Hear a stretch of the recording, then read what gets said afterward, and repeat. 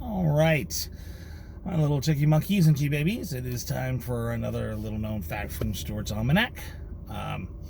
This one is, once again, it's about Pop, and it's about his time in Vietnam. And like I said, I don't have a lot of stories. I've probably maybe got 2 more stories of his time in Vietnam and Japan and stuff, and I'll probably share those with you guys. But this one is about a topic that I've tried to teach you guys growing up, you girls, and I hope the grandbabies pick up on it and you guys pass it on to them too, okay?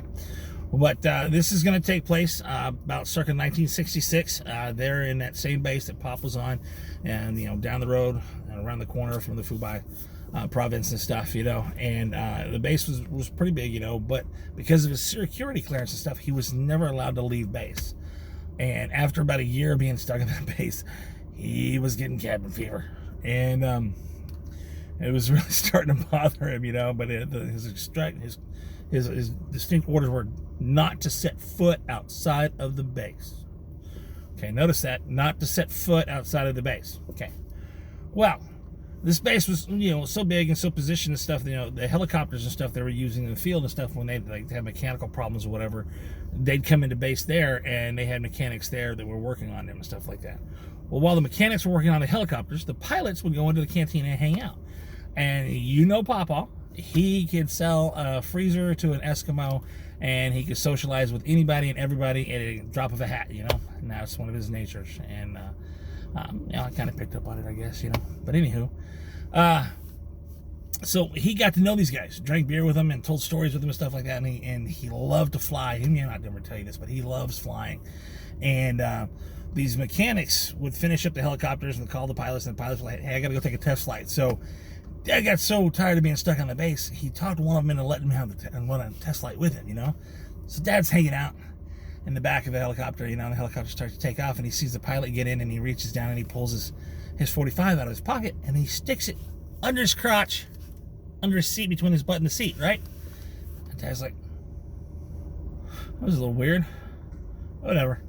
So, he flies around, he goes up, and they do a little test flight, and comes back down, So he does this a couple times because he's not breaking his order. He didn't set a foot outside of the fence. He's in the air, right? Right? Well, word started getting around that he was doing this, and, a couple of commanders were getting a little pissed off about it, and told him he needed to stop. He's like, kiss my ass, right? So he went up one more time, or probably about, I think his 3rd trip, I think he said.